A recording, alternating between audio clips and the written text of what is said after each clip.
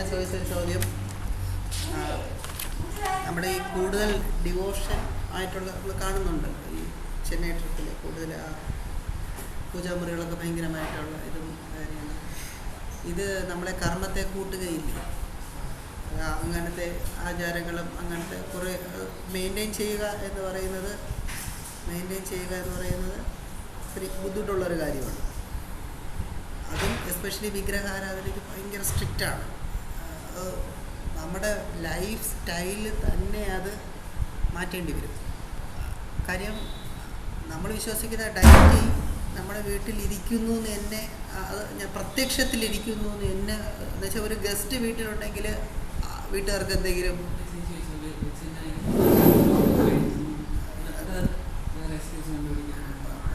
അപ്പോൾ ആ ഒരു ഗസ്റ്റിനെ വിളിച്ചിട്ട് നമ്മുടെ കംഫർട്ട് നോക്കുമ്പോൾ ആയിപ്പോൾ ഒരു ഗസ്റ്റ് വീട്ടിൽ ഗസ്റ്റിനെയും കാട്ടി പേടിയല്ല, ഒരു ഇത് കൊടുക്കേണ്ട ഇതിനെ വെച്ചിട്ട് പിന്നെ അതിനെ കൊടുക്കാതിരിക്കുന്നത് വേറൊരു കൺസെപ്റ്റാണ്. അപ്പോൾ ഇതെങ്ങനെ മെയിൻറ്റെയിൻ ചെയ്യുന്നു എന്നുള്ളത്, അപ്പോൾ അത് നമ്മുടെ സാധാരണ ലൈഫിൽ അത് ബാധിക്കില്ലേ എന്നുള്ളൊരു ക്വസ്റ്റ്യൻ ചോദിച്ചു. അതിനെ നമ്മൾ ശരിക്കും മനസ്സിലാക്കേണ്ടതെന്ന് വെച്ചാൽ വ്യത്യസ്ത മാർഗമെന്നറിയാം. ഓരോ ആൾക്കാരും പോകുന്നത് വ്യത്യസ്ത മാർഗമാണ്. ഏതൊക്കെ മാർഗത്തിൽ എന്തൊക്കെ വ്യത്യസ്ത രീതിയിൽ പോയിരുന്നാലും ഇപ്പോൾ ഐഡിയൽ വർഷിപ്പുണ്ടോ, ഐഡിയൽ വർഷിപ്പില്ലേ, അത് വേദാന്തിക് മാർഗമാണോ, ജ്ഞാനമാർഗമാണോ, അല്ലെങ്കിൽ യോഗ മാർഗമാണോ, അല്ലെങ്കിൽ ജപമാർഗമാണോ, എന്തും ആയിക്കോട്ടെ, ഓരോ മാർഗത്തിനും അതിൻ്റേതായ ബേസിക് തിയറി ഉണ്ട്. ബേസിക് തിയറി അത് അപ്ലൈ ചെയ്തേ പറ്റുള്ളൂ. ഈ ബേസിക് തിയറി അപ്ലൈ ചെയ്യുമ്പോൾ എത്രത്തോളം നമ്മുടെ ആത്മവികാസം ഉണ്ടാകുന്നു എന്നുള്ളതാണ് ഇതിൻ്റെ ബേസിക് തത്വം. ബേസിക് തത്വം അവിടെയാണ് കിടക്കുന്നത്. ഇതൊക്കെ ഫോളോ ചെയ്താലും അല്ലെങ്കിൽ ഫോളോ ചെയ്താലും ആത്മവികാസം ഉണ്ടാകുന്നു. ഈ ആത്മവികാസം ഉണ്ടാകുമെന്ന് പറയുന്നത് അതിനെ നമ്മൾ തിരിച്ചറിയുന്നു എന്നുള്ളതാണ്. എത്രത്തോളം അതിനെ നമ്മൾ തിരിച്ചറിയാൻ പറ്റുന്നു എന്നുള്ളതാണ്. ആത്മവികാസം എന്നുള്ളത് ഉദ്ദേശിക്കുന്ന പോവാമായി എന്നുള്ളൊരവസ്ഥയെ എത്രത്തോളം എവിടെ തിരിച്ചറിയാൻ പറ്റുന്നു എന്നുള്ളത്, അല്ലെങ്കിൽ തന്നിലിരിക്കുന്ന ആ ശക്തിയെ എത്രത്തോളം ആ ഫാക്റ്റിനെ തിരിച്ചറിയാൻ പറ്റുന്നു ഈ ആചാരങ്ങൾ വഴി എന്നുള്ളതാണ് ഇതിൻ്റെ ബേസിക് കോർ. അത് മനസ്സിലാക്കാൻ വേണ്ടിയിട്ട് ആചാര്യന്മാർ ഓരോ ഈ തിയറികൾ ഡെവലപ്പ് ചെയ്ത് തന്നിട്ടുള്ളത്. അപ്പം ഇവിടെ കാണുന്ന ഈ വിഗ്രഹ സങ്കല്പത്തിൽ ഇവരിതിൽ പൂർണ്ണമായിട്ട് ഇൻവോൾവായി ചെയ്യുമ്പോൾ ഇന്നലെ നമ്മൾ പറഞ്ഞതുപോലെ ആ സായുജ്യം എന്നുള്ള അവസ്ഥയായിരിക്കാം എത്തുക. സായുജ്യം എന്നുള്ള അവസ്ഥയായിരിക്കാം, അല്ലെങ്കിൽ സാലോക്യം എന്നുള്ള അവസ്ഥയാണ് എത്തുക, അല്ലെങ്കിൽ സാരൂപ്യം എന്നുള്ള അവസ്ഥയിലേക്ക് എത്തുക, അല്ലെങ്കിൽ സാമീപ്യം എന്നുള്ള അവസ്ഥയിലേക്ക് എത്തുക. അല്ലെ ഇപ്പം ഒരു എക്സാമ്പിൾ ആ സീത തന്നെ എടുക്കാം. എക്സാമ്പിൾ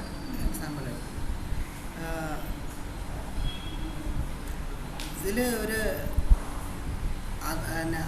അന്ധമായ അനുകരണവും അല്ല, അതിൽ ഫുൾ ലൈഫ് ഡെഡിക്കേറ്റ് ചെയ്യുന്നത് കാരണം അവരെ സംബന്ധിച്ചുള്ളത് അത് പോസിറ്റീവാണ്.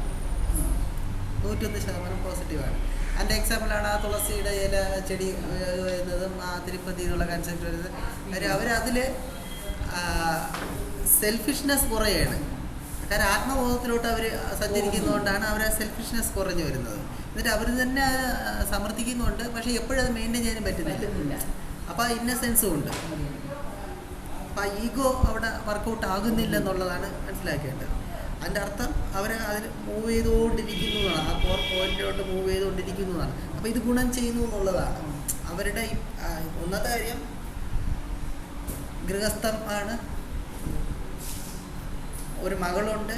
അപ്പം അതിൽ ബന്ധിച്ച് ആ ഫാമിലിയിൽ നിന്ന് ഒരു നിമിഷം പോലും മാറി നിൽക്കാൻ പറ്റാത്ത ബന്ധിച്ച് കിടക്കുന്നവർക്ക് ഏറ്റവും കംഫർട്ട് ഈ മാർഗമാണ്. അപ്പം ഇവർ കൂടുതൽ സമയം ഒരു പെൺകുട്ടി വീട്ടിലുള്ളത് കാരണം വീട്ടിൽ സ്പെൻഡ് ചെയ്യേണ്ടി വരും. പെൺകുട്ടി മാത്രം നിർത്തിയിട്ട് പോകാൻ പറ്റില്ല. അപ്പോൾ ഇവർക്ക് ഈ ഒരു മാർഗം, അപ്പോൾ കാളിയുണ്ട് നോക്കാൻ, അപ്പോൾ ഞാൻ കാളിയുടെ അടുത്ത് ഉണ്ടാവണം, ഈ കൺസെപ്റ്റ് എല്ലാം മാച്ച് ചെയ്യും. അവർക്കത് ഫുൾ ആ വിശ്വാസത്തിൽ അവർ മിങ്കിൾ ചെയ്ത് നിൽക്കാൻ പറ്റും. അതുകൊണ്ടാണ് അതിൽ സ്പെഷ്യലൈസ് ചെയ്തുകൊണ്ടിരിക്കുന്നത്. അപ്പം പല മാർഗമുണ്ട്. ആ മാർഗത്തിൽ അപ്പോൾ ഏറ്റവും ശ്രേഷ്ഠമായ മാർഗം സെലക്ട് ചെയ്തു എന്ന് പറഞ്ഞൊരു കാര്യമില്ല. ആണ്. ഇപ്പം ചേച്ചി അതിനെ ബ്രഹ്മമായിട്ട് കണ്ടാലും പ്രശ്നമില്ലല്ലോ. അതിനെ ബ്രഹ്മമായിട്ട് കാണുകയാണ്. ഇതിനും എഫക്റ്റ് ഒന്ന് തന്നെയാണ്. മനസ്സിലായല്ലോ?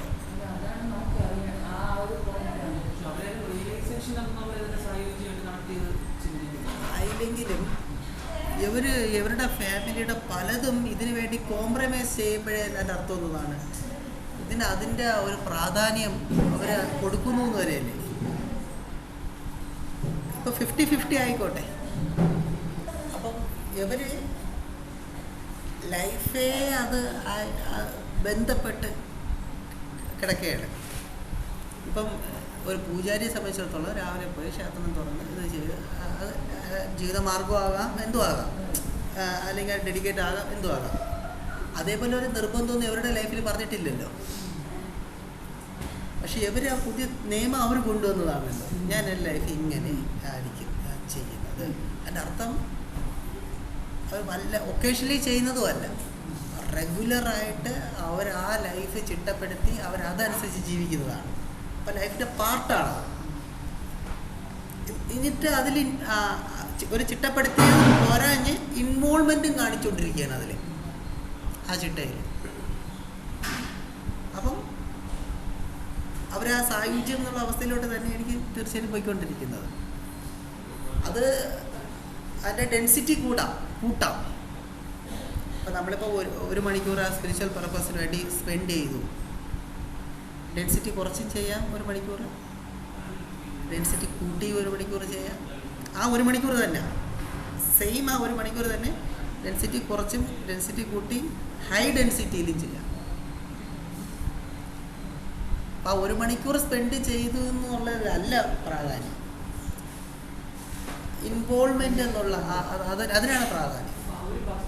അതെത്തും. ഇപ്പം ഈ ഒരു തിയറി അവർ തലയിൽ കയറ്റിയില്ലെങ്കിൽ പോലും, ലളിതമ്മേക്കൻ്റെ എക്സാമ്പിളാണ്. ഇപ്പോൾ തിയറി അറിയുമെന്ന് ചോദിച്ചാൽ അറിയില്ല. പക്ഷേ ആ ഡെൻസിറ്റി അവർ അതിൽ കൂട്ടിയപ്പോൾ എത്തേണ്ട ഒരു ലെവല് അവരുടെ ഉള്ളിൽ, അതാണ് ആത്മവികാസം, അതിലോട്ട് പോയിട്ടുണ്ടോ എന്നുള്ളത്. നമ്മൾ തിയറി മനസ്സിലാക്കുന്നത് കൂടുതൽ കൺഫ്യൂഷൻ ഇല്ലാതെ പോകാൻ വേണ്ടിയാണ്. പക്ഷെ അതല്ലാതെ ആത്മവികാസത്തിലോട്ട് പോകുന്നുണ്ടെങ്കിൽ വേറെ തരാണ് ആൾക്കാർ. അതാണ് പല മാർഗമുണ്ട്. അതിന് കൊടുക്കുന്ന ഹാർട്ട് അനുസരിച്ചിട്ടാണ് അതിൻ്റെ ആ അനുഭവം അല്ലെ ലെവലുകൾ ഉയരുന്നത് എന്നുള്ളത്. ശരിക്കും നമ്മളിപ്പോൾ വേറെ വ്യൂവിൽ പറഞ്ഞാൽ ഭക്തി കൊണ്ട് നേടുന്നത് ഈശ്വരാനുഗ്രഹം എന്ന് പറയും. ഭക്തിയുടെ ലക്ഷ്യം ഈശ്വരാനുഗ്രഹം നേടുക എന്നുള്ളതാണ്. ഇവിടെ അനുഗ്രഹം നമ്മൾ ഉദ്ദേശിക്കുന്നത് ലെവലുകൾ ഉയർത്തുക എന്നുള്ള അർത്ഥത്തിലെടുക്കണം. നമ്മളുടെ ലെവലുകൾ ഉയർത്തുക. ഭക്തി പ്രാക്ടീസ് ചെയ്യാൻ കൊണ്ട് ഉദ്ദേശിക്കുന്നത് ഈശ്വരാനുഗ്രഹം നേടാനാണ്. ഈശ്വരാനുഗ്രഹം എന്ന് വെച്ചാൽ എന്താണ്?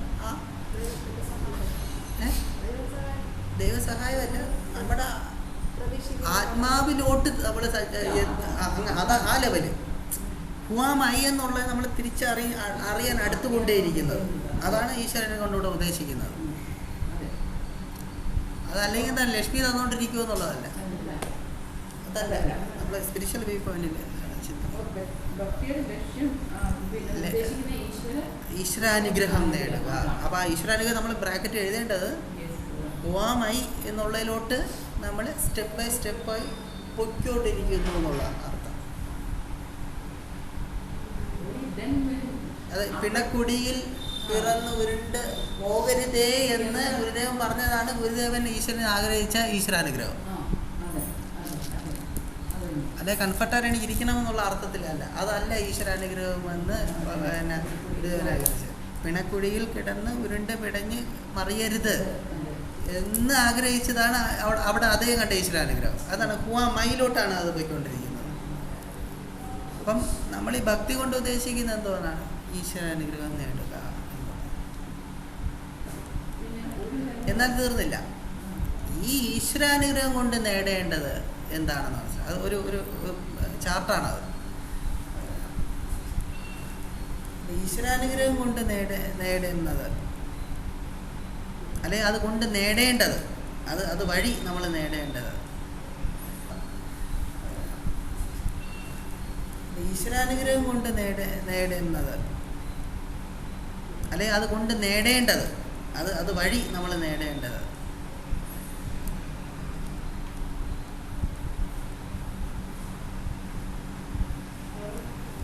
ബുദ്ധിപ്രസാദമാണ്.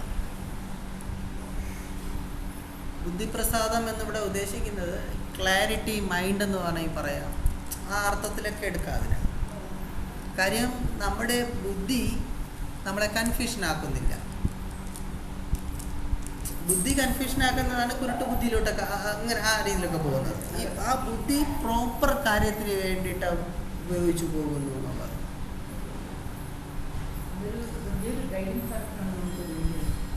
ബുദ്ധിപ്രസാദം എന്ന് പറയുന്നത് അതിനെയാണ്. അപ്പോൾ ആദ്യം പറഞ്ഞു ഭക്തി കൊണ്ട് ഉദ്ദേശിക്കുന്ന ഈശ്വരാനുഗ്രഹം. ഈശ്വരാനുഗ്രഹത്തിൻ്റെ ഡെഫിനിഷൻ ഈ അർത്ഥത്തിലേ ചിന്തിക്കാവും, ഈ പറഞ്ഞ ആ അർത്ഥത്തിലേ അതിനെ ചിന്തിക്കാവും.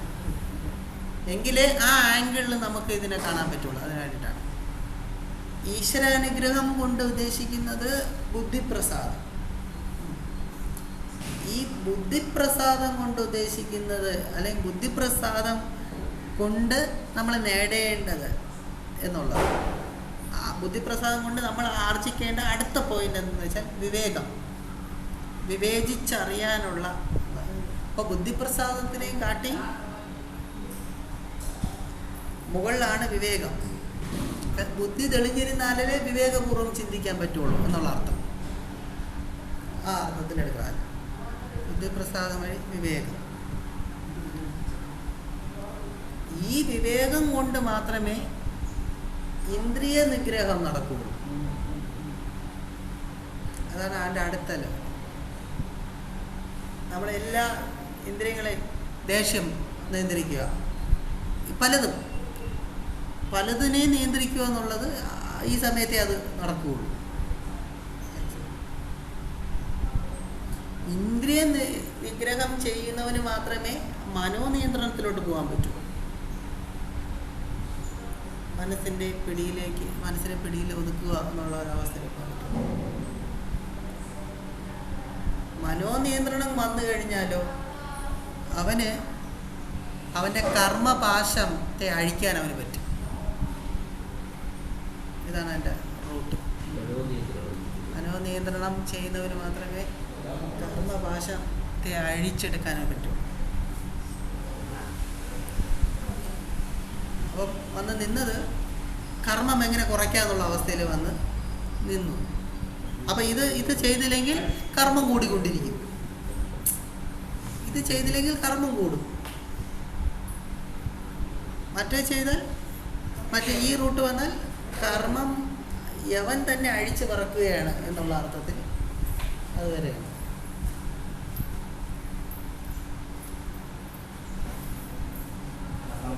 എന്നാൽ ഇനി ബേസിക്കായിട്ട് കർമ്മത്തെ രണ്ടായിട്ട് തിരിക്കാം. ഈ പറഞ്ഞ രീതി വെച്ച് നോക്കുമ്പോൾ ഈ കർമ്മം രണ്ട് രീതിയേ ഉള്ളൂ എന്ന അർത്ഥത്തിലല്ല. ഇപ്പോഴും പറയുന്ന എക്സാമ്പിളിൽ കർമ്മത്തെ നമുക്ക് രണ്ടായിട്ട് തിരിക്കാം. അത്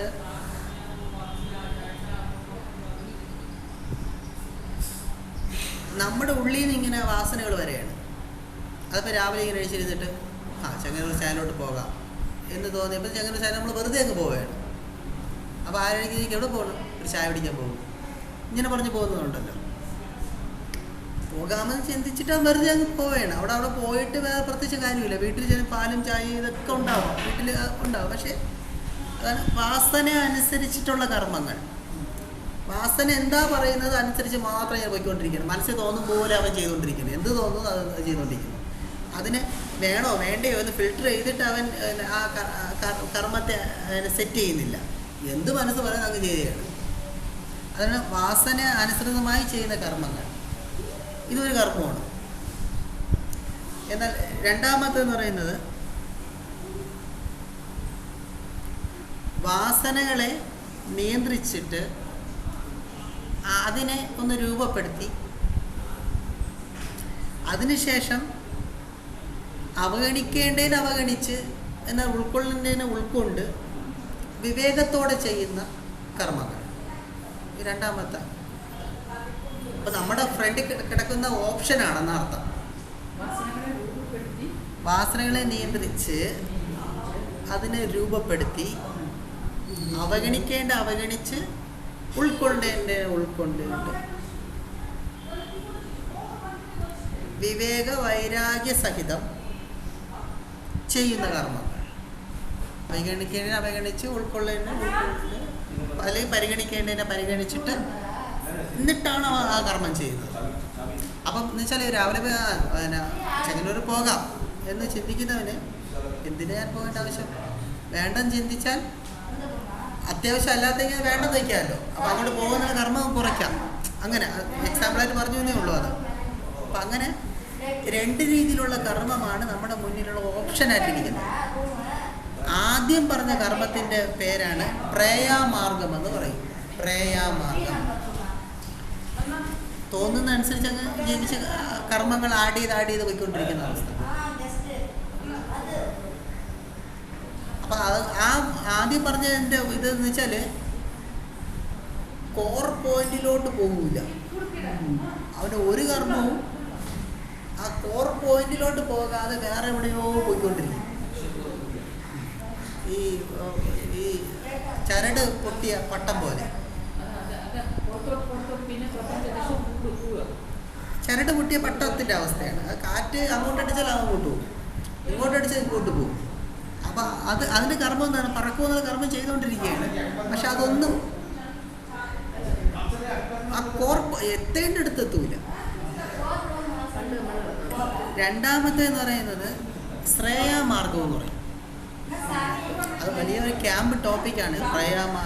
പ്രവൃത്തി നിവൃത്തി എന്നൊക്കെ പറയുന്നതൊക്കെ ഇത് കണക്ട് ചെയ്ത് വരുന്നതാണ്. പ്രവൃത്തി മാർഗം നിവൃത്തി മാർഗം എന്നൊക്കെ പറയുന്നത്. എന്നാൽ തൽക്കാലം ഇതിങ്ങനെ മനസ്സിലായി. പ്രയാമാർഗം ശ്രേയാമാർഗം. അപ്പോൾ ശ്രേയാമാർഗം അപ്പോൾ ഈ പറയുന്ന ഐഡിയൽ വർഷിപ്പ് കാര്യങ്ങളെല്ലാം ശ്രേയാമാർഗത്തിൽ കൂടിയാണ് ഇവർ പ്രാക്ടീസ് ചെയ്യുന്നുണ്ടെങ്കിൽ,